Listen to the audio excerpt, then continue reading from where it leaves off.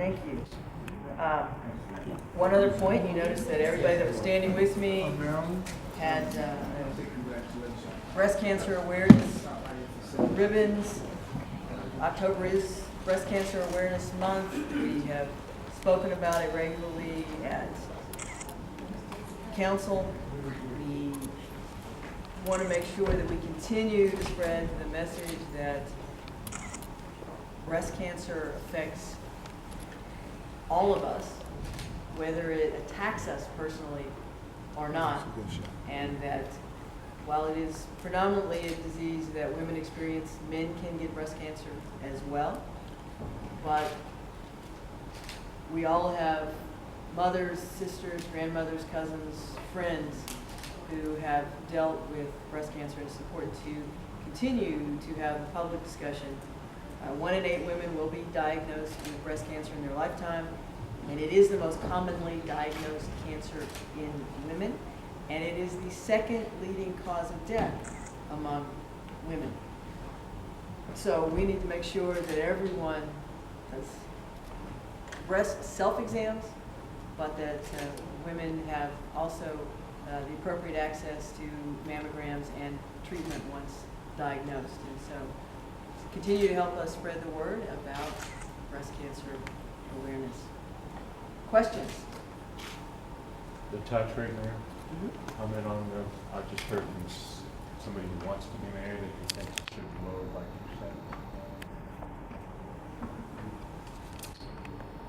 2%. We set the appropriate level of taxes for the city of Houston. The city of Houston's tax rate has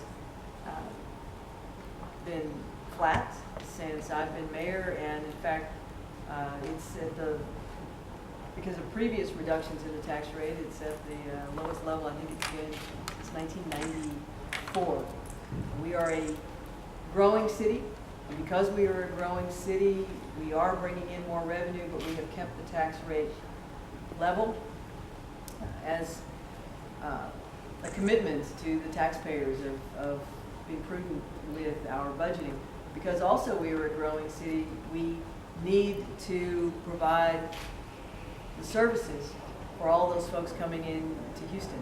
And we are at the same time tackling years of deferred maintenance on our capital assets.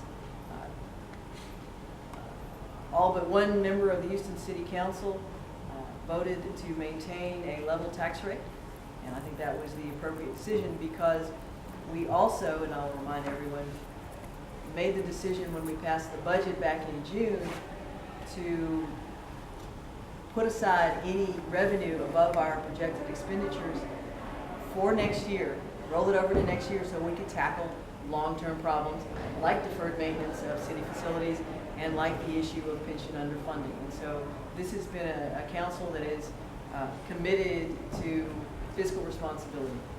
Mayor, can you talk in detail as to what you intend to do and your administration intends to do to handle the unfunded liability and the long-term indebtedness for the years 2015 and 16? Even though you may be out of office at that time, you will be out of office. First of all, Olivia and Nicholson don't have to stay and torture themselves if they don't want to, if you need to leave. Oh, Otherwise, okay. you're welcome to stay as long as you want. Get happy. We have, as I pointed out, and as most council members are aware, we budget conservatively. We present to council our 2-year budget projections, which are projections. They could go in different directions, obviously, but we try to be as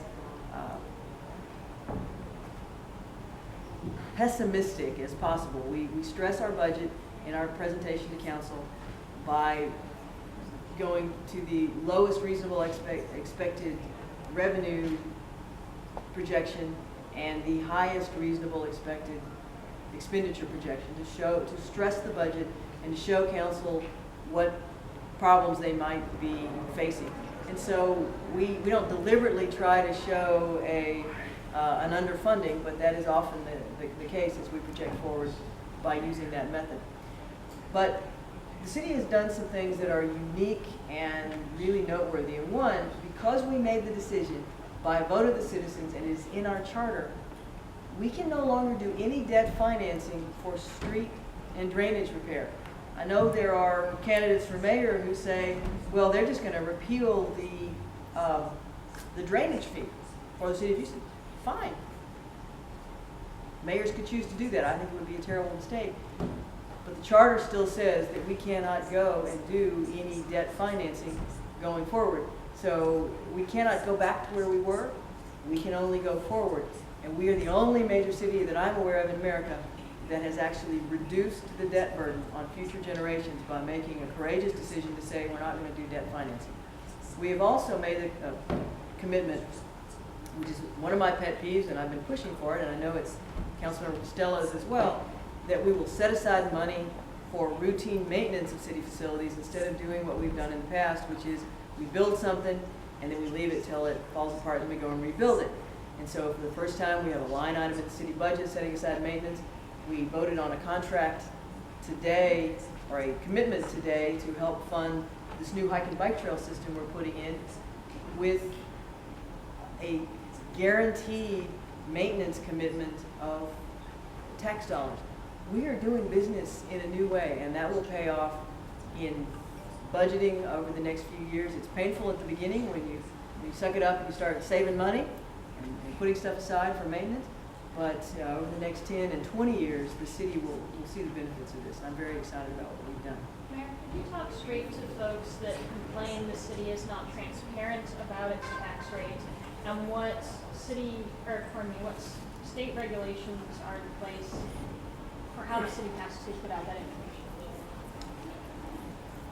The state has passed several iterations of truth in taxation, and we comply fully, completely, and with no attempt to obfuscate with the state truth in taxation.